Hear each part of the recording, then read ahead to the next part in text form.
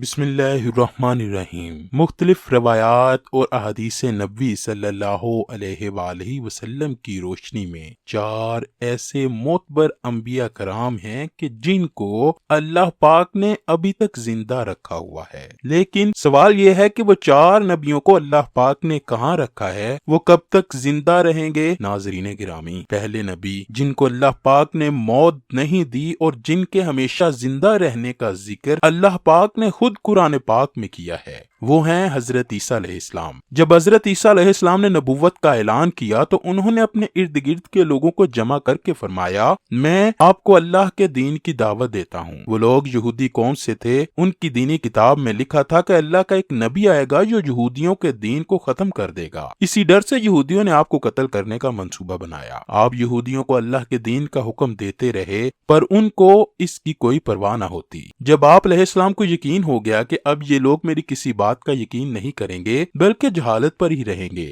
ایک دن آپ نے سب یہودیوں کو اکٹھا کیا اور کہا کہ آپ میں سے کون اللہ کے دین پر ایمان لائے گا؟ ان میں سے تقریباً 12 یا 19 لوگوں نے اللہ پر ایمان لایا اور کہا کہ ہم ایمان رکھتے ہیں عیسیٰ علیہ السلام ہماری بخشش کا ذریعہ بنیں گے۔ باقی لوگوں نے دعوت دین کو قبول نہ کیا، یہودی ہی رہے۔ ایک وقت ایسا آیا کہ یہودیوں نے آپ کو قتل کرنے کا منصوبہ بنایا۔ انہوں نے ایک توتیانوس نامی شخص کو مقرر کیا کہ وہ آپ کو قتل کرے۔ جب توتیانوس آپ علیہ السلام کے پاس جا رہا تھا تو اللہ پاک نے ایک فرشتے کو حکم دیا کہ جاؤ عیسیٰ علیہ السلام کو آسمان کی طرف اٹھا لاؤ۔ وہ فرشتہ اللہ کے حکم کی تعمیل کرتے ہوئے آپ کو آسمان کی طرف لے آیا۔ جب آپ آسمان پر پہنچے تو آپ کی ملاقات آپ کی والدہ سے ہوئی۔ آپ کی والدہ نے آپ کو گلے لگا کر پیار کیا تو آپ نے فرمایا، اماں جان اب ہم روز قیامت ہی ملیں گے۔ جب آپ کو زمین سے اٹھایا گیا تھا تو آپ کی عمر 33 سال تھی۔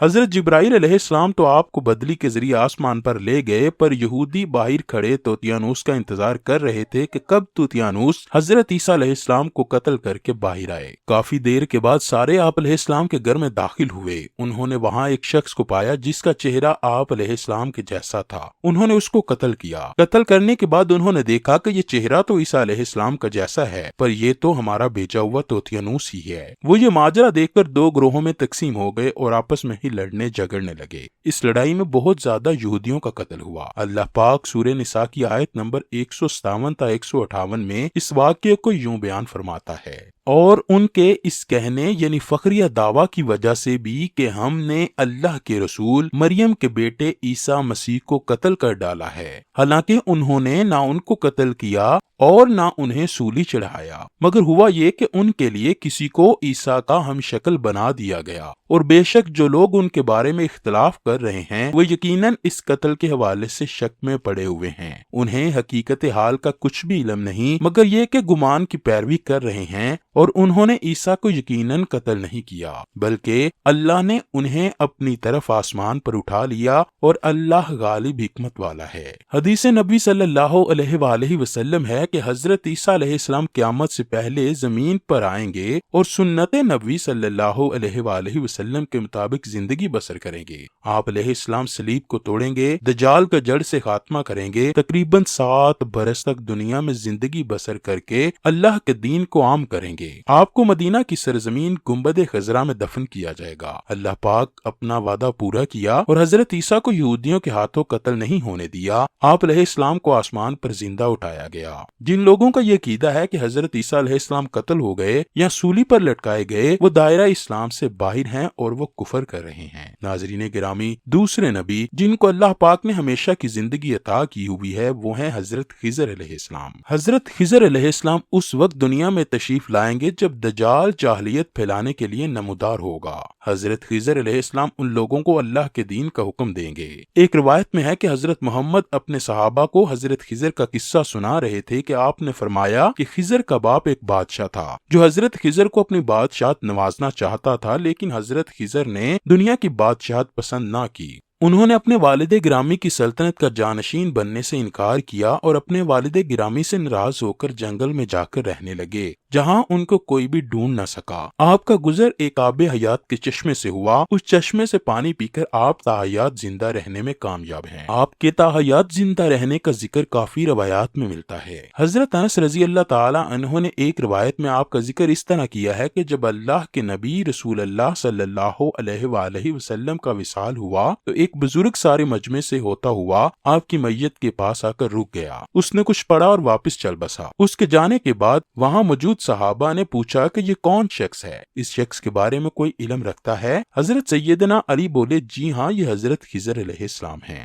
حضرت خضر علیہ السلام اللہ کے حکم سے مصیبت زدہ لوگوں کی رہنمائی کرتے ہیں۔ آپ علیہ السلام لوگوں سے صلاح کر کے ان کو اللہ کے حکم کے مطابق زندگی بسر کرنے کا حکم بھی دیتے ہیں۔ ایک روایت ہے کہ حضرت خضر علیہ السلام سمندروں میں مصیبت زدہ کی مدد کرتے ہیں۔ حضرت خضر بہت نیک اور خدا ترس انسان تھے۔ کچھ روایات ہیں کہ جو بندہ حضرت خضر علیہ السلام کی کنیت ابو العباس بلیہ بن ملکان اور اس کے آباء و اجداد کا نام یاد رکھے گا تو اس کو مرتے وقت کلمہ نصیب ہوگا۔ حضرت عیسیٰ علیہ السلام اور حضرت خضر علیہ السلام کے بعد تیسرے زندہ نبی حضرت الیاس علیہ السلام کا ذکر ملتا ہے۔ آپ کا ذکر قرآن پاک میں 2 جگہ پر موجود ہے۔ تفسیر مظہری میں مذکور ہے کہ حضرت الیاس علیہ السلام کو ایک نورانی گھوڑے پر بٹھا کر آسمان کی طرف لے جایا گیا تھا۔ حضرت انس رضی اللہ تعالیٰ عنہ سے مروی ہے کہ میرا اور حضرت محمد کا گزر ایک پہاڑی سے ہوا۔ وہاں سے گزرتے ہوئے ہمیں ایک آواز سنائی دی کہ اے اللہ، مجھے بھی حضرت محمد کا امتی بنا دے۔ یہ آواز سنتے ہی اللہ کے نبی نے مجھے فرمایا اے انس، اس آواز کا پتہ لگاؤ یہ کون ہے۔ حضرت انس فرماتے ہیں کہ میں جب اس پہاڑی کے اندر گیا تو کیا دیکھتا ہوں کہ ایک سفید پوش بزرگ اللہ کی عبادت میں مشغول ہیں۔ جب انہوں نے مجھے دیکھا اور کہا کہ اے بندے، تو محمد کا صحابی ہے؟ حضرت انس نے ہاں میں جواب دیا۔ اس بندے نے کہا میرا سلام محمد صلی اللہ علیہ وآلہ وسلم کو پہنچا دو اور رسول اللہ سے عرض کرنا کہ الیاس آپ کو ملنا چاہتے ہیں۔ میں نے واپس آ کر حضرت الیاس کا پیغام آپ کو دیا تو آپ مجھے ساتھ لے کر وہاں چلے گئے۔ حضرت الیاس کے پاس پہنچے تو میں پیچھے ہٹ گیا۔ رسول اللہ اور حضرت الیاس کافی دیر تک آپس میں باتیں کرتے رہے۔ اللہ کی طرف سے آسمان سے کھانا نازل ہوا تو رسول اللہ نے مجھے بھی پاس بلایا۔ ہم تینوں نے مل کر کھانا کھایا۔ جب کھانا ختم ہوا تو میں نے دیکھا کہ ایک سفید پرندہ آسمان سے نیچے کی طرف آ رہا ہے۔ وہ حضرت الیاس کے پاس آیا اور حضرت الیاس اس پر سوار ہو کر آسمان کی طرف چلے گئے۔ کچھ علماء نے لکھا ہے کہ حضرت خضر اور حضرت الیاس ہر رمضان شریف میں بیت المقدس میں تشریف لاتے ہیں اور روزہ بھی رکھتے ہیں۔ حج کے موقع پر حج ادا کرتے ہوئے دکھائی دیتے ہیں۔ یہ دونوں نبی بر اور بحر میں مصیبت زدہ لوگوں کی مدد کرتے ہیں۔ چوتھے نبی جو ابھی تک زندہ ہیں وہ حضرت ادریس علیہ السلام ہیں۔ حضرت ادریس کے بارے میں زندہ ہونے کی روایات ملتی ہیں۔ قرآن مجید کی سورہ مریم کی آیت نمبر 56 تا 57 میں آپ کا ذکر اس طرح ملتا ہے کہ وہ ایک نیک پرہیزگار انسان اور نبی تھے۔ اللہ پاک نے حضرت ادریس کو جنت سے اٹھایا۔ شب معراج کے موقع پر چوتھے آسمان پر حضرت محمد اور حضرت ادریس کی ملاقات کا واقعہ بھی درج ملتا ہے۔ حضرت ادریس علیہ السلام کا چھٹے آسمان پر ہونے کا بھی کچھ روایات میں ذکر ملتا ہے۔ حضرت ادریس علیہ السلام زمین کی سیر و سیاحت کے ساتھ ساتھ اللہ کے ذکر میں مشغول رہتے تھے۔ حضرت ابن عباس رضی اللہ تعالی عنہ نے فرمایا ہے کہ حضرت ادریس ایک درزی کا کام کیا کرتے تھے۔ آپ کپڑوں کی سلائی کرتے جاتے اور اللہ کا ذکر بلند کیا کرتے۔ جب شام ہوتی تو آپ کی نیکیاں بے تحاشا ہو جاتی۔ زمین پر رہنے والے انسانوں میں سب سے زیادہ نیکیاں آپ کی اللہ کے ہاں شمار ہوتی۔ آپ کو زندہ آسمان کی طرف اٹھایا گیا تھا۔ آپ نے موت کے فرشتے سے کہا کہ مجھے موت کا مزہ چکھنا ہے۔ آپ کے کہنے پر موت کے فرشتے نے آپ کی جان نکالی اور پھر اللہ کے حکم سے آپ کو زندہ کیا۔ آپ نے فرشتوں سے درخواست کی کہ میں دوزخ کو دیکھنا چاہتا ہوں۔ پھر آپ کو دوزخ میں لے جایا گیا۔ پھر آپ نے جنت کی سیر کرنے کا کہا، جس پر آپ کو جنت کی سیر کے لیے جنت میں داخل کیا گیا۔ جنت دیکھنے کے بعد آپ نے فیصلہ کیا کہ میں یہاں ہی رہنا پسند کروں گا۔ فرشتے نے آپ سے کہا کہ آپ اپنے مقام کی طرف جائیے۔ اسی وقت اللہ کی طرف سے فرشتے کو حکم ملا کہ ادریس علیہ السلام کو یہاں ہی رہنے دیا جائے۔ اللہ پاک ہمیں دین اسلام کے مطابق زندگی بسر کرنے کی توفیق عطا فرمائے۔